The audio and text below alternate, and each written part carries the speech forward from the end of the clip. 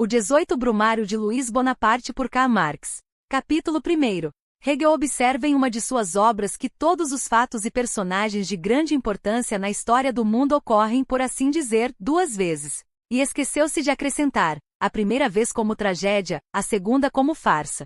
Calcidieri por Danton, Louis Blanc por Robespierre. A montanha de 1845 a 1851 pela montanha de 1793 a 1795. O sobrinho pelo tio. E a mesma caricatura ocorre nas circunstâncias que acompanham a segunda edição do 18 Brumário. Os homens fazem sua própria história, mas não a fazem como querem. Não a fazem sob circunstâncias de sua escolha e sim sob aquelas com que se defrontam diretamente, legadas e transmitidas pelo passado. A tradição de todas as gerações mortas oprime como um pesadelo o cérebro dos vivos. E justamente quando parecem empenhados em revolucionar-se a si e as coisas, em criar algo que jamais existiu, precisamente nesses períodos de crise revolucionária, os homens conjuram ansiosamente em seu auxílio os espíritos do passado, tomando-lhes emprestado os nomes, os gritos de guerra e as roupagens, a fim de apresentarem nessa linguagem emprestada. Assim, Lutero adotou a máscara do apóstolo Paulo. A Revolução de 1789 a 1814 vestiu-se alternadamente como a República Romana e como o Império Romano,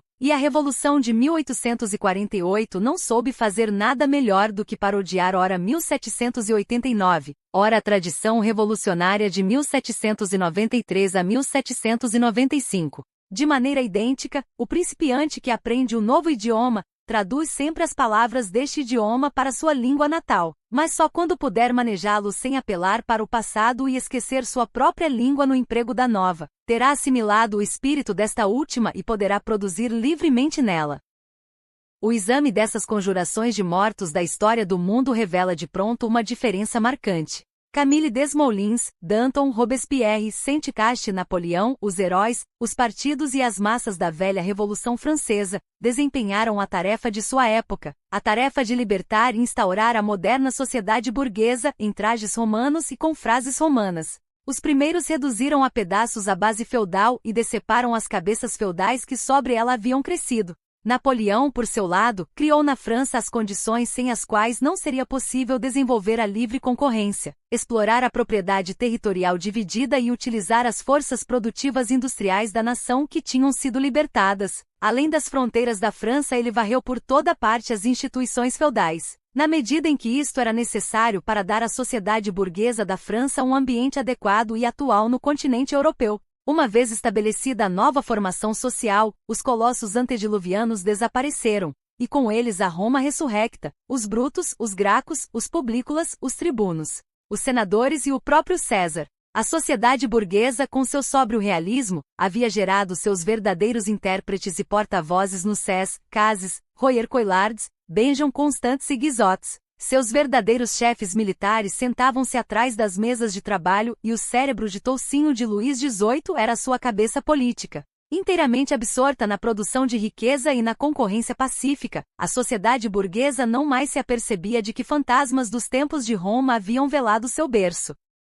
Mas por menos heróica que se mostre hoje esta sociedade, foi não obstante necessário heroísmo, sacrifício, terror, guerra civil e batalhas de povos para torná-la uma realidade. E nas tradições classicamente austeras da República Romana, seus gladiadores encontraram os ideais e as formas de arte, as ilusões de que necessitavam para esconderem de si próprios as limitações burguesas do conteúdo de suas lutas e manterem seu entusiasmo no alto nível da grande tragédia histórica. Do mesmo modo, em outro estágio de desenvolvimento, um século antes, Cromwell e o povo inglês haviam tomado emprestado a linguagem, as paixões e as ilusões do Velho Testamento para sua revolução burguesa. Uma vez alcançado o objetivo real, uma vez realizada a transformação burguesa da sociedade inglesa, Locke suplantou Abacuque. A ressurreição dos mortos nessas revoluções tinha, portanto, a finalidade de glorificar as novas lutas e não a de parodiar as passadas, de engrandecer na imaginação a tarefa a cumprir, e não de fugir de sua solução na realidade,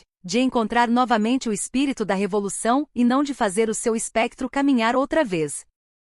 De 1848 a 1851 o fantasma da velha revolução anda em todos os cantos, desde Marrast, o republicano de luvas amarelas, que se disfarça no velho baile, até o aventureiro de aspecto vulgar e repulsivo que se oculta sob a férrea máscara mortuária de Napoleão. Todo um povo que pensava ter comunicado a si próprio um forte impulso para diante, por meio da revolução, se encontra de repente trasladado a uma época morta, e para que não possa haver sombra de dúvida quanto ao retrocesso, surgem novamente as velhas datas, o velho calendário, os velhos nomes, os velhos éditos que já se haviam tornado assunto de erudição de antiquário, e os velhos esbirros da lei que há muito pareciam defeitos na poeira dos tempos. A nação se sente como aquele inglês louco de Bedlam vivendo na época dos antigos faraós e lamentando-se diariamente do trabalho pesado que deve executar como garimpeiro nas minas de ouro da Etiópia, emparedado na prisão subterrânea, uma lâmpada de luz mortiça presa à testa, o feitor dos escravos atrás dele com um longo chicote, e nas saídas a massa confusa de mercenários bárbaros, que não compreendem nem aos forçados das minas e nem se entendem entre si, pois não falam uma língua comum. E me impuseram tudo isto, suspira o louco a mim, um cidadão inglês livre, para que produza ouro para os faraós, para que pague as dívidas da família Bonaparte, suspira a nação francesa. O inglês, enquanto esteve em seu juízo perfeito, não podia livrar-se da ideia fixa de conseguir ouro.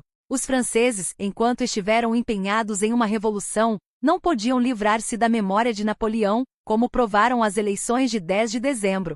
Diante dos perigos da revolução, ansiavam por voltar à abundância do Egito, e o 2 de dezembro de 1851 foi a resposta. Não só fizeram a caricatura do velho Napoleão, como geraram o próprio velho Napoleão caricaturado, tal como deve aparecer necessariamente em meados do século XIX. A revolução social do século XIX não pode tirar sua poesia do passado, e sim do futuro. Não pode iniciar sua tarefa enquanto não se despojar de toda a veneração supersticiosa do passado. As revoluções anteriores tiveram que lançar mão de recordações da história antiga para se iludirem quanto ao próprio conteúdo. A fim de alcançar seu próprio conteúdo, a revolução do século XIX deve deixar que os mortos enterrem seus mortos. Antes a frase ia além do conteúdo. Agora é o conteúdo que vai além da frase. A Revolução de Fevereiro foi um ataque de surpresa, apanhando desprevenida a velha sociedade. E o povo proclamou esse golpe inesperado como um feito de importância mundial que introduzia uma nova época. A 2 de dezembro, a Revolução de Fevereiro é escamoteada pelo truque de um trapaceiro, e o que parece ter sido derrubado já não é a monarquia e sim as concessões liberais que lhe foram arrancadas através de séculos de luta. Longe de ser a própria sociedade que conquista para si mesma um novo conteúdo, é o Estado que parece voltar à sua forma mais antiga, ao domínio desavergonhadamente simples do sabre e da sotaina. Esta é a resta que dá ao ataque inesperado de fevereiro de 1848 o ato impensado de dezembro de 1851. O que se ganha facilmente se entrega facilmente. O intervalo de tempo, porém, não passou sem proveito. Entre os anos de 1848 e 1851 a sociedade francesa supriu, e por um método abreviado, por ser revolucionário, estudos e conhecimentos que em um desenvolvimento regular,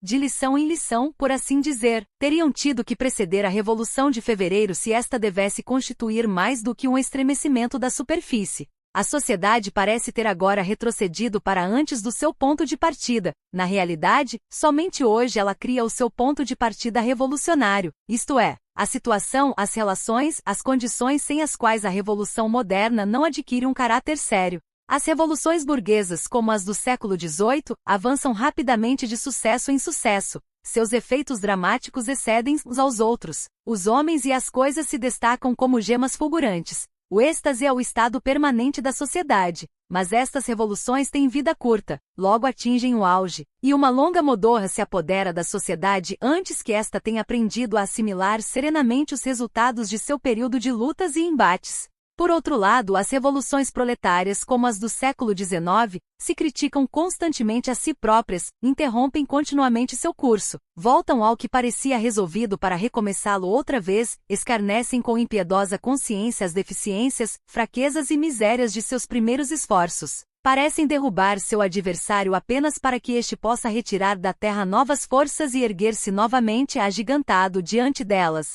Recuam constantemente ante a magnitude infinita de seus próprios objetivos até que se cria uma situação que toma impossível qualquer retrocesso e na qual as próprias condições gritam, "Ick Roduz, Ick salta. Aqui está Rhodes, salta aqui." Quanto ao resto, qualquer observador medianamente competente, mesmo que não tivesse seguido passo a passo a marcha dos acontecimentos na França, deve ter pressentido que a revolução estava fadada a um terrível fiasco. Bastava ouvir os jactanciosos latidos de vitória com que os senhores democratas se congratulavam pelas consequências milagrosas que esperavam dos acontecimentos do segundo domingo de maio de 1852. O segundo domingo de maio de 1852 tornará-se em suas cabeças uma ideia fixa, um dogma, como na cabeça dos quiliastas o dia em que Cristo deveria ressurgir e que assinalaria o começo da era milenar. Como sempre, a fraqueza se refugiara na crença nos milagres, imaginava o inimigo vencido, quando tinha sido afastada apenas em imaginação, e perdia toda a compreensão do presente em uma glorificação passiva do que o futuro reservava e dos feitos que guardava em peto mas que não considerava oportuno revelar ainda. Os heróis que procuram refutar sua comprovada incapacidade oferecendo-se apoio mútuo e reunindo-se em um bloco haviam amarrado suas trouxas, recolhido suas coroas de louros adquiridas a crédito e estavam nesse momento empenhados em descontar no mercado de letras de câmbio as repúblicas in partibus para as quais já tinham no silêncio de suas almas modestas previdentemente organizado o corpo governamental. O 2 de dezembro o surpreendeu como um raio em céu azul e os povos que em períodos de depressão pusilânime, deixam de boa vontade sua apreensão anterior ser afogada pelos que gritam mais alto, terão talvez se convencido de que já se foi o tempo em que o grasnar dos gansos podia salvar o Capitólio. A Constituição, a Assembleia Nacional, os partidos dinásticos, os republicanos azuis e vermelhos, os heróis da África, o trovão vibrado da tribuna, a cortina de relâmpagos da imprensa diária, toda a literatura, os políticos de renome e os intelectuais de prestígio, o Código Civil e o Código Penal, a Liberté, Égalité, Fraternité e o segundo domingo de maio de 1852, tudo desaparecera como uma fantasmagoria diante da magia de um homem no qual nem seus inimigos reconhecem um mágico. O sufrágio universal parece ter sobrevivido apenas por um momento, a fim de fazer, de próprio punho, o seu último testamento perante os olhos do mundo inteiro e declarar em nome do próprio povo: tudo o que existe merece perecer. Não é suficiente dizer, como fazem os franceses, que a nação fora tomada de surpresa. Não se perdoa a uma nação ou a uma mulher o momento de descuido em que o primeiro aventureiro que se apresenta as pode violar. O enigma não é solucionado por tais jogos de palavras, é apenas formulado de maneira diferente. Não se conseguiu explicar ainda como uma nação de 36 milhões de habitantes pôde ser surpreendida e entregue sem resistência ao cativeiro por 3 cavalheiros de indústria. Recapitulemos em linhas gerais as fases que atravessou a Revolução Francesa de 24 de fevereiro de 1848 a dezembro de 1851. 3 períodos principais se destacam. O período de fevereiro, de 4 de maio de 1848 a 28 de maio de 1849, o período da Constituição da República ou da Assembleia Nacional Constituinte, de 28 de maio de 1849 a 2 de dezembro de 1851, o período da República Constitucional ou da Assembleia Nacional Legislativa,